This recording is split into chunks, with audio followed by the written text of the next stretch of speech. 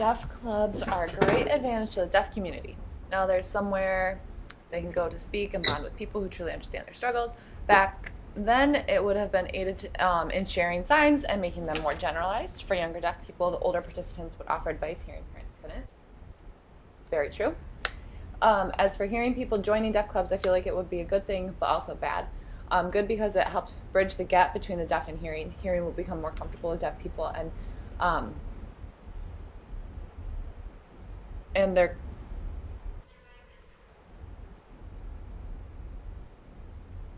kind, maybe. I don't know. What? And they're what?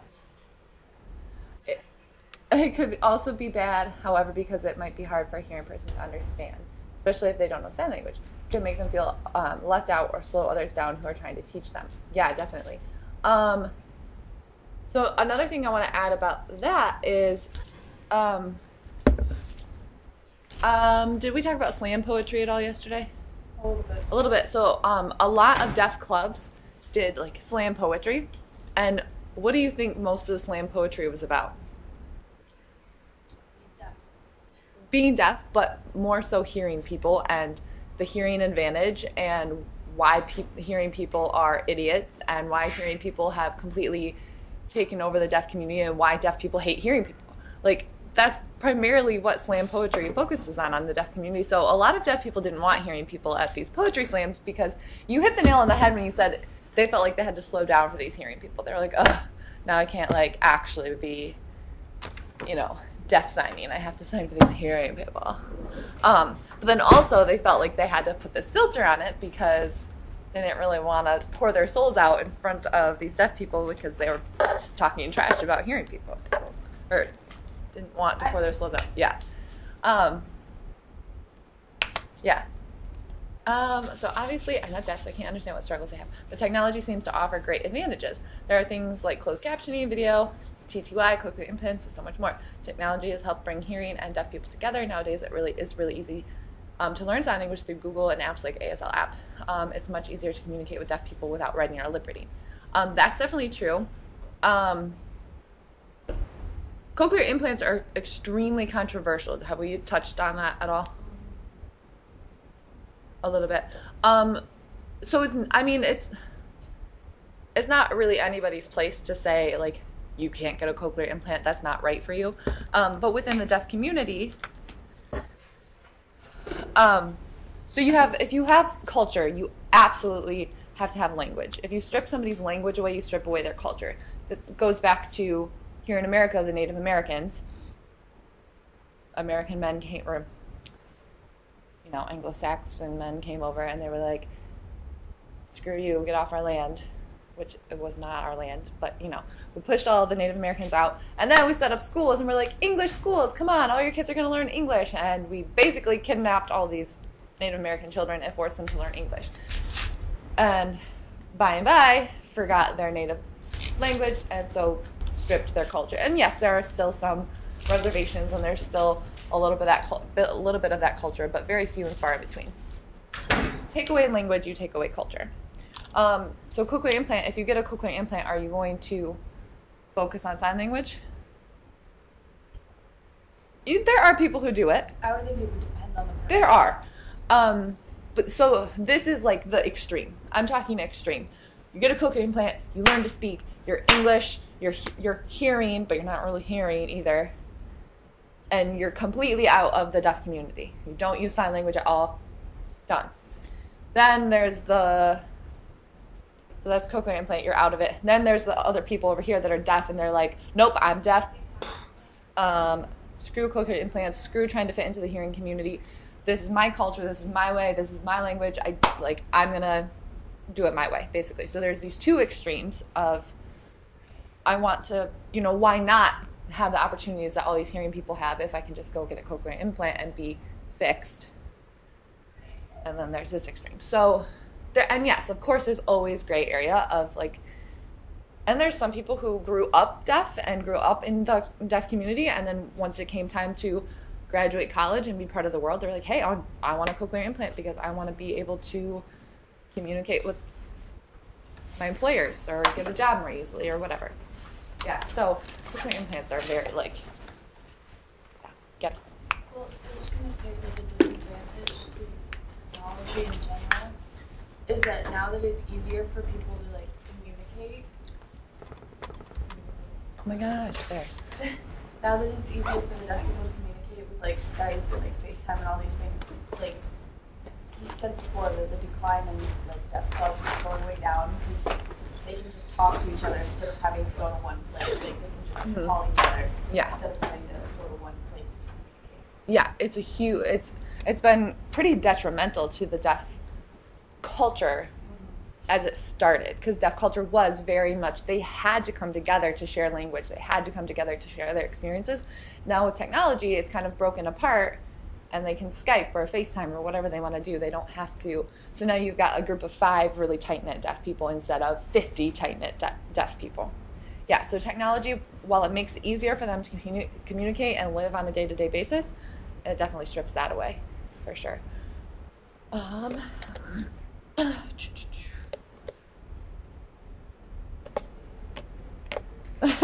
forgot to do this, and our room is locked so perfect timing. Deaf clubs helped introduce the standardization of sign language, definitely. It gave them a place where they can feel known, and yeah, definitely, and share their identities with one another, because they have a harder time being noticed in the hearing community. I think.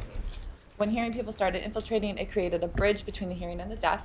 Yep, such as interpreters. Technology has helped it as well. They can even make phone calls to the deaf and hearing thanks to technology as well as hearing. Yep. Technology has also made it where those completely deaf have the ability to hear. Yep. So we touched on basically all of those things. Yeah. So, and again, I don't want you to get out of this like Ms. Fraser says technology is a terrible thing like for the deaf community. No. But there's always this gray area of, is it helping or is it harming? And I would say that I think with any perspective on technology, right? Because I just had to write a paper on whether or not like the internet and websites was making us smarter or just stupider. Yeah. So. Well, and I think the same concept for the deaf clubs and how technology has affected deaf clubs is the same as social media has affected hearing culture. I mean, I grew up knowing my friends' phone numbers. I grew up running over to their house when I couldn't get a hold of them because I would pick up my landline and their phone line would be busy for a half an hour because their mom was on the phone and there was no other way to get a hold of her. So I would just run over there and knock on the door. Like, that's what I grew up with. And then also, if you wanted to hang out with your friends, you had to plan way ahead because not everybody had cars. Not everybody had like all of this media. Also, if you wanted to see what somebody was up to, you called them and you got together to look at their pictures from their vacation. Like, it's mind-blowing that now you guys, and I'm guilty of it sometimes too. I try to be better about it, and I'm overgeneralizing, but your generation is, oh, sorry, like no eye contact. Like most of you can't hold eye contact.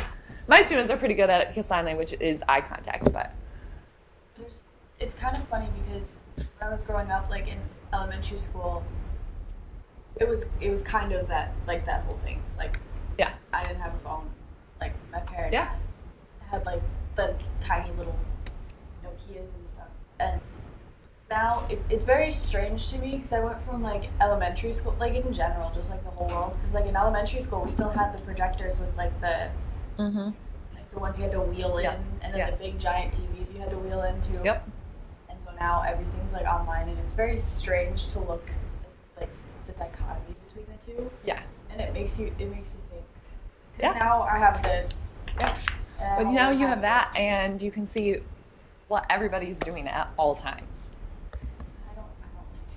I know, but yeah. So I mean, technology has affected both communities. I think it's just different, more noticeable within the deaf community because hearing culture was never like, yay, hearing clubs. Yeah. That was never a thing. Any gathering is a hearing club, basically. So every club is a hearing. Almost every club is a hearing. Yeah, exactly. Okay, cool. I know I'm talking a lot today, and you guys don't need it, but I'm trying to get through this. Okay, so yesterday, we talked about we started talking about culture, and I cannot stress enough how poetry is really important to the deaf community.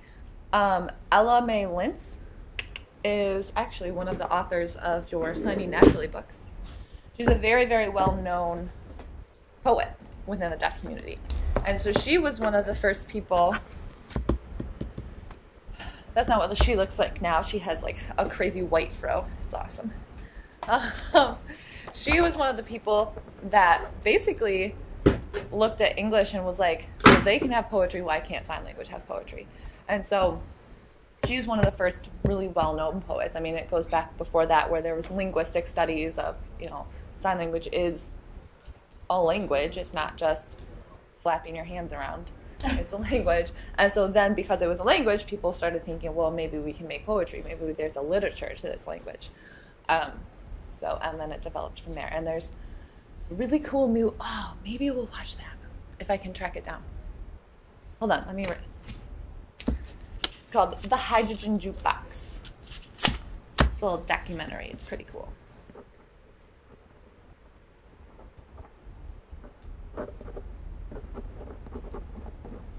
I might not be able to get it though. We'll see. Okay, so then yesterday we also talked about the literary devices that English homes use, right? So like things like imagery, rhyme, rhythm, the pentameter, whatever. And you guys know about that kind of stuff. Well, Mount Morris, you said you guys haven't done poetry since middle school, so maybe you don't know that much about that stuff. But you still understand rhyme and even how the poem looks, how the writers can write, this line is that long, this line is only this long, and then this line has one word. And, they make it look poetic sometimes, too. I love poetry. Well, I like it, but I had HBL last year. There's so much to it. Schneider was basically like, if you don't interpret this in the weirdest way possible, I'm not going to give you credit. So I was over there reading a line, and I was like, well, this is clearly about the universe as a whole. And I was just making stuff up. Oh my gosh. Okay. So we have to understand, or you have to understand, the parts of a sign in order to pick up on how poets are using them in order to create rhyme, rhythm, imagery, all this kind of stuff. So think about a sign. Think about the sign mom. There's, maybe not mom. Think about the sign excited. There's 5 different things going on in this sign. What are they? Movement. So does this mean excited? Does this mean excited? The direction in which you're going, plus so movement. Facial expressions. Put that one down here. Facial expressions. Because, mom, that's why I didn't pick mom. No. Okay, so now that we hit facial expressions, let's think about mom. Movement still. Placement. Placement, where it's at, because what does this mean? That means dad. Doesn't mean mom. It means dad. Placement, what's this mean? That's not mom, but it's not mom, it's farm. Farm. Okay. So, yes, placement. The bouncing, is that? Movement. Okay, I didn't know this. The way you're Yep, my hand shape. What does this mean? What? This means frustrated, but yes, the way your palm is facing. Yeah. Palm orientation. Palm orientation. Good. Okay. So, palm orientation, hand shape, placement, movement, and non-manual markers, aka facial expressions. Could that also count as body movement, like how you indicate a word or something? Or would that not work? Just because you said non-manual markers, so. Yes, non-manual markers would be included in your body shifting, yes. That's why it's better to say the non-manual markers as opposed to facial expressions because it encompasses everything. Okay. You guys do need to know this list of 5 things, so take a picture of this or jot it down somewhere. I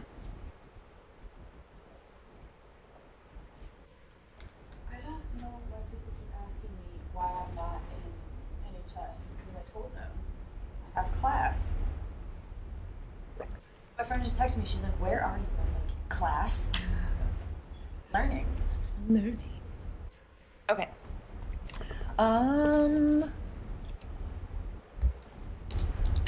Which one do I want to do? Okay, I have a few. Yesterday we talked about a really cool poem. It's called Pawns, because my second and fourth hour had more time. And Pawns is a poem that maybe I'll post a link to it on Wednesday work so you guys can take a look at it, and I'll give you a brief description of it, but I want to use these poems today. Okay, so let's look at, this poem is called The Dogs. And this one, I forgot that I put noises on this. All right, so this one was written and is performed by Ella Mae Lentz.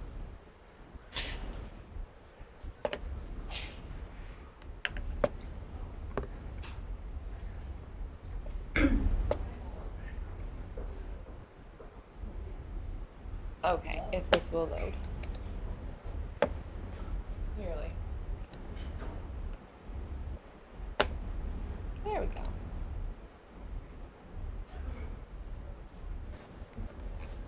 What? Stop that. Hold on, let me start this way. There we go.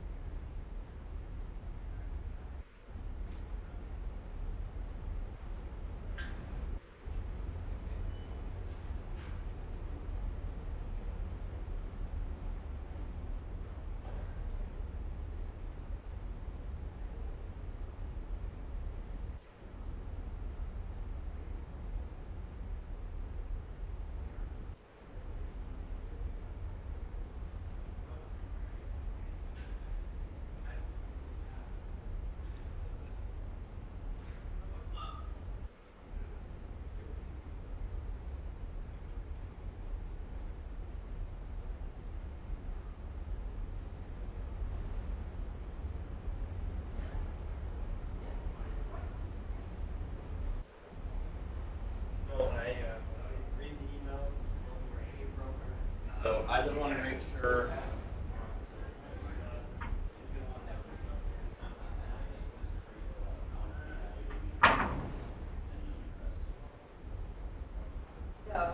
Yeah, she was yesterday, and she texted me last night and said she asked if I would set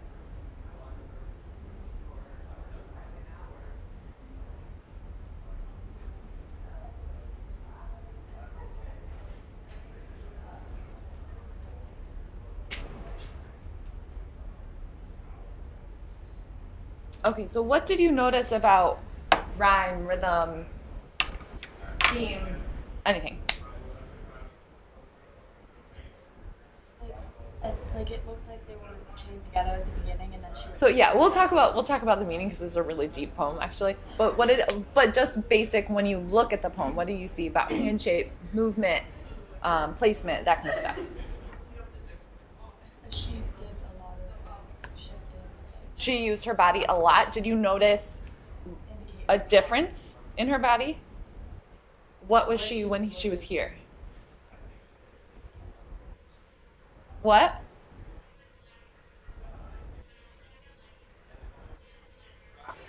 Yes, very proper, very stuck up. What was she over here? Angry, kind of like rude, kind of. Did you get, I mean, obviously it's called The Dog, so we're talking about two dogs here. Did you get what this one was? This one's a purebred Doberman Pinscher. Which one is this one? A mutt. Yeah. Okay, so yes, that in itself is this poetic indication of Doberman Pinscher, mutt, and she's showing that on her body. She's also looking up when she's the mutt. She's looking up. Looking up and then looking down. Okay, so we'll talk about, there's cultural implications here. What about hand shapes? Did you notice anything?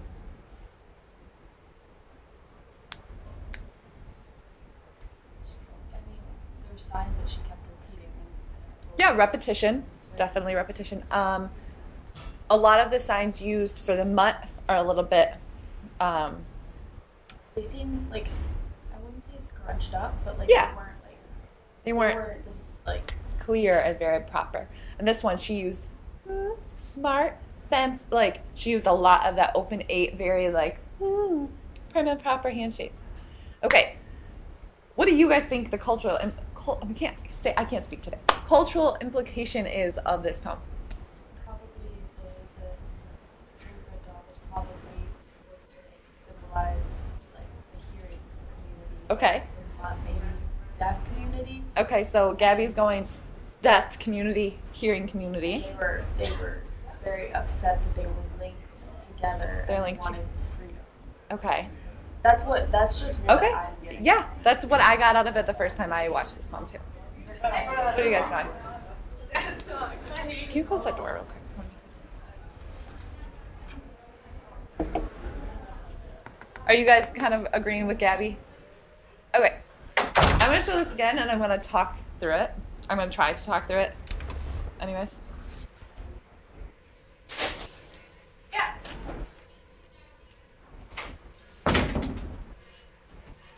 Yeah. Oh, yeah. Is that good? Yep. Okay.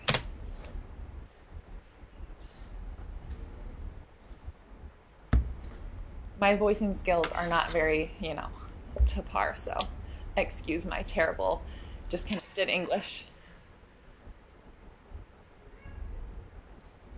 All right, so the world is swirling around us, and there's 2 dogs. This one is a Doberman Pinscher. She's just explaining he's smart, fancy, stuck up, and proper. This is a mutt. His ears are like that. He's dirty, he's pea-brain, he's stubborn, and he's rough. And they're chained together. They fight. They try to get the chains apart. Rawr, rawr, rawr. There's still nothing. They're still stuck. Okay, now, the Doberman Pinscher looks at the mutt and growls. He's fuming. He says, wait, I know that the 2 of us are dogs and we're the same, but I'll tell you, we do not like each other. You are a lower animal. Do you understand me? That's word for word, keep in mind. Big-headed sentences, fancy, smart you, tend to, I'd like to feel you. Stuck.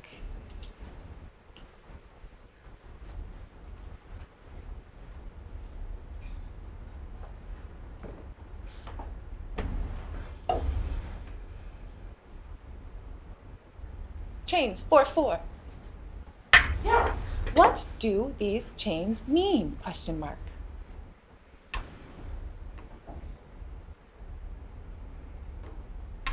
Chain, we're related. Oh, we're together. If we work together, we can become free. Okay. So you're right on track with one community thinking they're higher than the other, another community feeling lower than the other, but they were both deaf. So this Doberman Pinscher is that person who has the English education, uses English word order signs, thinks they're better than this deaf community that doesn't want to have anything to do with this hearing community. But then, and there is this struggle in this deaf community. And yesterday I related it to like the African American community where you've got like basically levels of blackness, and we probably know nothing about it because we are all very white. But if you can kind of think in that frame of mind, it's kind of the same concept within the deaf community. There's almost like levels of deafness and people looking down on each other, and yeah. It's like, didn't you say like if you were born deaf, like if you were born deaf to a deaf family? Oh, sorry. No, you're kidding. Like, didn't you like last semester? I think you said if you're born deaf to a deaf family and you grow up like in a deaf community using all the sign languages, you're like the top. Yeah. So one of my professors at Central, actually, so this was a long time ago, in 2011, explained it kind of like a target. So in the middle, this is the deafest you can be, and this is the hearingest you can be. All right, so you've got hearing, and like Gabby just said, you've got like, you are born deaf to a deaf family, you have deaf grandparents, deaf great-grandparents, you go to a Michigan school or a school for the deaf, you use American Sign Language, you hate cochlear implants, yada, yada, yada. Then you've got deaf people who were born to hearing families but still go to the Michigan, like schools for the deaf, and still use ASL, that kind of stuff. Then you've got the deaf people that, really aren't involved too much in the deaf community. They maybe go to public schools or whatnot. They still can sign, but they're not immersed in the community. And then it keeps on going out from there. So out here you've got interpreters who are within the deaf community but aren't deaf, but they respect culture and they know the language, that kind of stuff. In here you've got codas, which is a child of a deaf adult, is a coda, which I think you already knew that because your professor is a coda, correct? Yeah. Okay, so you've got this spectrum of what it is to be deaf. And you've got a battle within the deaf community of, I'm better because I'm the center of the deaf community. No, I'm better because I can communicate with everybody in the whole world. Well, not the whole world, but the English-speaking community. Yeah. Okay. I think, like I said, on Wednesday work tomorrow, I'm going to post the link to the poem that second and fourth hour looked at yesterday.